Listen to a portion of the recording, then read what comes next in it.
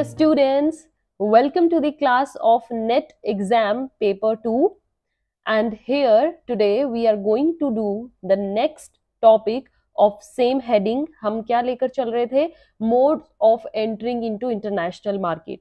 और अभी तक हम in total 8 modes कर चुके हैं and the last set of modes are here. Today we will cover foreign direct investment FDI, strategic alliance क्या होती है, इंटरनेशनल एजेंट्स या इनको हम इंटरनेशनल डिस्ट्रीब्यूटर्स भी कह देते हैं, and the internet. These are also 4 modes through which we can enter or we can take step in international market. और ये सब जितने भी अभी तक मैंने आपको पार्ट्स करवाए हैं बच्चे बहुत इंपॉर्टेंट हैं. इन टोटल दीज आर 12 और 12 के 12 आपके एग्जाम में कोई ना कोई किसी ऑप्शन में आ जाएगा, कोई क्वेश्चन पूछ लिया जाएगा, हेडिंग दे दी जाएगी, मैच में आ जाएगा. So don't skip them. आज अच्छे से समझिए. These are the last set and in next session I am going to give you practice questions. वो आपको खुद से प्रैक्टिस करने हैं, ठीक है. बहुत इंपॉर्टेंट होंगे. जो क्वेश्चंस मैं आपको दूंगी वो लास्ट ईयर एग्जाम्स में भी आए हैं एंड फर्दर आपके जो भी आपने अभी तक पढ़ा है वो सब प्रैक्टिस इंप्रूव करने में हेल्प करेंगे. So we will start with this topic FDI. ये आपका अभी यूनिट 1 का ही चल रहा है बच्चे सिलेबस. सो सारा हम कवर करते जा रहे हैं topic wise. What is foreign direct investment? FDI के थ्रू हम कैसे इंटरनेशनल मार्केट में एंटर कर सकते हैं? देखिए नाम ही है फॉरेन डायरेक्ट इन्वेस्टमेंट. जो इन्वेस्टर्स होते हैं, those who want to go into international market, तो उनको सबसे बढ़िया जो एक स्टेप है without any risk is to do foreign investment. आप जैसे ही इन्वेस्टमेंट करेंगे एक तरीके से आप वहां के बिजनेस में अपना पैसा लगा रहे हो और धीरे धीरे आप इंटरनेशनल मार्केट में अपनी पहुंच बढ़ा सकते हो, है ना. सो फॉरेन डायरेक्ट इन्वेस्टमेंट में क्या होता है? Companies enter the international market through FDIs. Okay, आप अपनी कंपनी कोई भी है, कंपनी किसी दूसरे प्रोजेक्ट में या खुद की ही कंपनी का कोई प्रोजेक्ट हो सकता है जिसको वो फॉरेन में इस्टेब्लिश करना चाहती हैं, तो वो क्या करती हैं? फॉरेन डायरेक्ट इन्वेस्टमेंट करती है. Invest their money, they establish there manufacturing या मार्केटिंग फैसिलिटीज कर सकती हैं, है ना. किसी की ओनरशिप कर सकती हैं. तो एफडीआई को आप 2 तरीकों से देखिए इसमें डिफाइन की गई है और ये न्यू टर्म्स आई हैं, पेपर में आने के कंप्लीट चांसेस हैं. क्या? एक होती है आपकी ग्रीनफील्ड स्ट्रेटजी और एक आपकी होती है ब्राउनफील्ड स्ट्रेटजी. ठीक है. ग्रीनफील्ड स्ट्रेटजी क्या होती है? It refers to the starting of operation of a company from scratch in a foreign market. Means आप पूरा कंप्लीट न्यू फेज से स्टार्ट करते हो. आप इस तरीके से इन्वेस्टमेंट करते हो कि आप वहां पर एक न्यू कंपनी को ही फॉर्म कर रहे हो. ओके, यू स्टार्ट और you establish a new company in a foreign market. That is greenfield strategy. आप इन्वेस्टमेंट एक न्यू कंपनी के थ्रू कर रहे हो. और एक फॉरेन डायरेक्ट इन्वेस्टमेंट का पार्ट है ब्राउनफील्ड स्ट्रेटजी. इसका मतलब क्या है? There is no new company, you purchase already established company वहां की. Means you purchase old company. ठीक है, आप वहां की ऑलरेडी जो इस्टेब्लिश्ड कंपनी है उसको परचेज करते हो और फिर उसको मॉडिफाई करते हो, उसमें चेंजेस लेके आते हो, उसको अपग्रेड करते हो अपनी जरूरत के हिसाब से. तो यहाँ पर क्या है, आप जब न्यू कंपनी बनाओगे तो ऑब्वियसली है इसका एक एडवांटेज ये रहेगी कि इसमें आपको कुछ ऑलरेडी चेंजेस नहीं करने पड़ेंगे. जो भी होगा बिल्कुल स्टार्टिंग से होगा और आपके सिस्टम के अकॉर्डिंग चलेगा. बट इसके ड्रॉबैक्स क्या है? कॉस्ट भी लगेगी, टाइम भी लगेगा. ऑलरेडी एस्टेब्लिश्ड कंपनी को अगर आप खरीदते हो या उसमें अपनी इन्वेस्टमेंट लगाते हो तो वो ऑलरेडी इस्टेब्लिश्ड है, वहां के लोगों से नोन है वो कंपनी का नेम. तो आप अपनी कॉस्ट भी बचाते हो, टाइम भी बचाते हो और एक मार्केटिंग कॉस्ट बचा लेते हो. बट वहां पर चेंजेस तो करने पड़ेंगे ना. ओल्ड कंपनी है, लिथार्जिक हो सकती है, लोगों का पता नहीं उस कंपनी के लिए क्या उनका व्यूज हो, है ना. अच्छे रिव्यू होंगे तो ठीक है, बट अगर आपने इन्वेस्टमेंट एक गलत कंपनी में लगा दी तो सारा बिजनेस गया. Right, so that is the kind through which you can enter into or you can take a step into international market. Coming to the next way, that is strategic alliance. बहुत important topic बचे.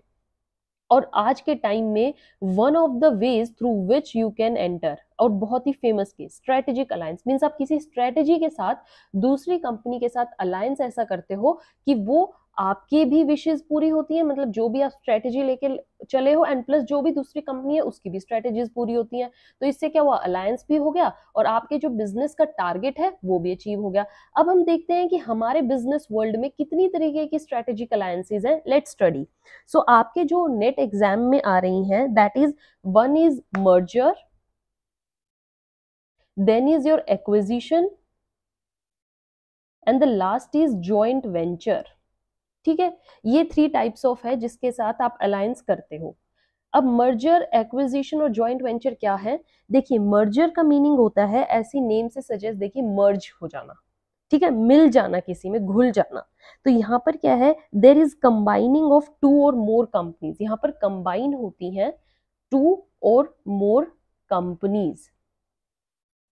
Alright बच्चे, और ये जब combine होती हैं तो generally they are done कि जो भी दोनों ही कंपनीज के जो शेयर होल्डर्स हैं वो कंबाइन होंगे। सपोज कीजिए एक बिग कंपनी एक स्मॉल कंपनी है, तो जो स्मॉल कंपनी है वो बड़ी में जाके मर्ज हो गई, तो जो स्मॉल के शेयर होल्डर्स हैं, देखा जाएगा तो उन्होंने तो पैसा स्मॉल में लगा रखा था, अब वो जाके उसमें मर्ज होगी तो उनका पैसा कहाँ जाएगा? तो इसमें क्या होता है, they there is offering stockholders of one company securities in the acquiring company in exchange for their surrender of their stock. जो उन्होंने स्मॉल कंपनी में अपना पैसा लगा रखा था, उसके एक्सचेंज में उनको जो बड़ी कंपनी उन्होंने एक्वायर करी है, अब कंबाइन हो गई है, उसके शेयर्स उनको एक्सचेंज में दे दिए जाते हैं। Alright, so merge is, there are 2 companies which merge, जो मर्ज हो जाती है और फिर अपने बिजनेस को चलाती हैं। उनमें जो नेम रहता है वो उन्हीं कंपनीज का ही रहता है। कोई भी एक कंपनी है वो दूसरी में मर्ज हो जाएगी और वो नेम एक ही कंपनी का चलता रहेगा। एक्विजिशन में क्या होता है, एक्विजिशन में when one company takes over another and clearly establishes itself as a new owner. ठीक है, वन कंपनी जो क्या करती है, it takes over another company और एकदम से ही एक न्यू बिजनेस निकल के आता है, न्यू कंपनी फॉर्म होती है। ओके, द परचेज जो ये की जाती है प्रोसेस, इसको बोलते हैं एक्विजिशन। जैसे हमारा एक एग्जाम्पल रहा है HDFC बैंक है, acquisition of Centurion bank of Punjab. यहाँ पर जो ओल्ड कंपनी होती है उसका पूरा स्टेटस छिप जाता है, पूरा स्टेटस लॉस्ट हो जाता है, क्योंकि वो उसको एक्वायर बिग कंपनी ने कर लिया है। वेयर एज मर्जर में दोनों ही कंपनी मर्ज होती हैं और दोनों का स्टेटस रहता है। ठीक है, मर्ज होने के बाद उनका जो एक नया स्टेटस निकल के आता है उसमें दोनों कंपनीज की एग्जिस्टेंस आपको दिखती है, बट एक्विजिशन में ऐसा नहीं है, यहाँ पर एक कंपनी टोटली लॉस्ट हो जाएगी। अब आ जाते हैं बात ज्वाइंट वेंचर। बहुत ईजी है as compare to this, name suggest joint, when 2 companies, 2 और मोर कंपनीज ज्वाइंटली आ जाती हैं and start their business. Jointly का मतलब क्या है, इंडिविजुअली जो उनका बिजनेस है वो चलता रहेगा, उस पर कोई हार्म नहीं है। मैंने एक ज्वाइंट वेंचर के ऊपर बच्चे एक स्पेशल वीडियो भी निकाली है, you I can provide you link in this video, आप जाइएगा ज्वाइंट वेंचर को अच्छे से समझिए उसमें क्या है। अब इसमें मैं आपको इन शॉर्ट क्या है कि it is an entity that is formed by 2 और more parties to undertake the economic activity together. कोई उनका टारगेट होता है, दोनों आती हैं कंपनीज और वो आके उस टारगेट को अचीव करने के लिए एक काम रखती हैं, भी हम दोनों आएंगे और हमें ये काम करना है। जैसे ही टारगेट अचीव हो गया दोनों अपने अपने रास्ते हो जाती हैं, तो that is a joint venture. Parties agree to create a new entity by both contributing their equity and then they share the revenues. जो भी P&L होगा, प्रॉफिट एंड लॉस, दोनों ही उसको शेयर करेंगे। ओके, दे शेयर एक्सपेंसेस, जो भी चीजें होंगी। अब इसका एक एग्जांपल क्या रहा है हमारा, सोनी एरिक्सन। सुने होंगे आपने इलेक्ट्रिक अप्लायंसेस सोनी एरिक्सन, तो that is a joint venture. ये एक जॉइंट वेंचर था by the Japanese consumer electronics company जो कि सोनी कॉर्पोरेशन थी and Swedish telecommunication company Ericsson to make mobile phones. तो सोनी एरिक्सन इकट्ठे आए और उनका टारगेट था जॉइंट वेंचर। ऑलराइट, ऐसे ही हमारी इंडिया की है मारुति सुजुकी ब्रांड, सुनाओ आपने, Maruti is Indian brand and Suzuki Japanese brand. तो ये इकट्ठे आए ऑटोमोबाइल्स कैटेगरी में। That are the different kinds of ways through which you can strategically come into the world of international market. Now coming the third is international agents.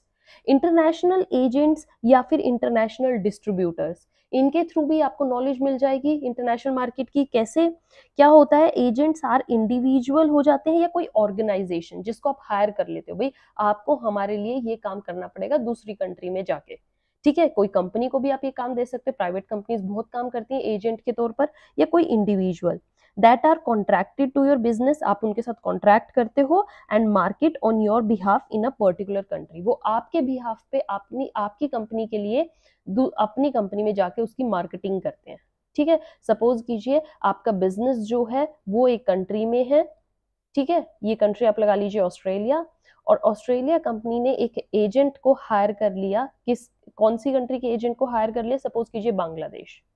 Okay, so Australia के जो agent बैठे वो बांग्लादेश में है, और बांग्लादेश में वो ऑस्ट्रेलिया की कंपनी के बिजनेस को फ्लरिश कर रहे हैं, उसकी मार्केटिंग कर रहे हैं। तो इससे क्या हुआ, कंपनी भी पूरी नहीं आई और आपने इंटरनेशनल मार्केट में भी अपना स्पेस बना लिया, right. And that is the thing, they rarely take ownership of products and more commonly take a commission. Obviously agents का काम क्या होता है, कमीशन के तौर पर काम करना, भाई हम कमीशन, हमारे जितनी आपकी सेल्स होगी उसके बेस पर हमारा कमीशन होगा, ठीक है। जितना आप कमीशन, जितना आप उनकी चीजों को सेल करवाएंगे मार्केट में, आपका कमीशन बढ़ता जाएगा। सो डिस्ट्रीब्यूटर्स भी ऐसे ही होते हैं, एजेंट्स के साथ बच्चे हम डिस्ट्रीब्यूटर्स भी पढ़ रहे हैं। Distributors are similar to agents with the main difference that distributors जो होते हैं they take ownership of goods, they make profit from them। भाई वो क्या करते हैं, उनसे प्रोडक्ट खरीद लेते हैं, भाई अब इसको सेल हम करेंगे, वो अपनी टर्म्स एंड कंडीशंस पे सेल करते हैं, और जितना भी प्रॉफिट होता है या लॉस हो वो खुद इंजॉय करेंगे। एजेंट यहाँ पर उनका ओनरशिप नहीं लेते, हम आप ही के नाम से सेल करेंगे, प्रॉफिट और लॉस हो वो आपका है। Okay, now the last is the internet, very very well known term, you all are aware with this. Internet तो एक ऐसी चीज है जो यू कैन इवन, आप पूरे वर्ल्ड में sitting in one corner you can roam around, right, you can know each and everything just by sitting at one place, you can, so internet is the thing through which you can explore each and every type of thing, you can explore every corner of the world by sitting just in the one place। आप एक place पे बैठे हो, room के एक side पे बैठे हो, और आप पूरी दुनिया का चक्कर लगा सकते हैं थ्रू दिस इंटरनेट, है ना। इसके बारे में मैं ज्यादा नहीं बोलूंगी, ये भी क्या है, एक तरीके का मोड है जिससे आप इंटरनेशनल मार्केट में एंटर कर सकते हो। It is a very new channel for some organisation and sole channel for the large number of innovators. आज के टाइम में जो न्यू इनोवेटर्स आ रहे हैं ना, आप देख रहे हो, जो मतलब कि even the small industries they are taking the help of internet, जिनका होली बिजनेस मीन सारा का सारा बिजनेस इंटरनेट पर बेस्ड है, ऑनलाइन बिजनेस चलता है। ई मार्केटिंग स्पेस, आप ई कॉमर्स देखते हैं, कितनी सारे हमारे पास इतनी साइट्स हैं, अमेजोन है, फ्लिपकार्ट है, दिस मिंत्रा है, तो ये सब क्या कर रहे हैं, ऑनलाइन बिजनेस कर रहे हैं। Internet is providing them the whole scope, they can sell their product to any person of in any corner of the world. So that is internet is giving you more scope even to enter into the international market। Examples क्या हो सकते हैं आपके, देखिए जैसे कि आप trading companies के थ्रू ट्रेड कर सकते हो, स्टॉक मार्केट कितना चलता है, ऑब्वियसली क्लोथिंग मार्केट बहुत ज्यादा है बच्चे, इवन अब आप इंटरनेट पर हर छोटी से छोटी चीज, हर बड़ी से बड़ी चीज को सेल परचेज कर सकते हो।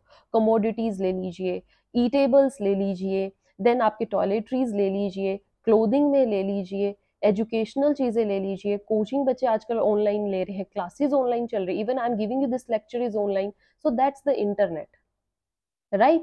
So these are the few modes that we discussed today, and calculating the other one also आपका पूरा ये topic cover हो जाता है, which is modes of entering into international business। In next class I am going to give you practice question, उसमें totally हम इस topic से related सारे practice questions करेंगे, तो आप अपने आप को एक बार सारे ये videos से go through हो जाइए, और कितने मोड्स में हमने क्या चीज पढ़ी है इसका प्रैक्टिस कीजिए। नेक्स्ट क्लास में रेडी रहना, we will do all these things. Till then have a good day, thank you.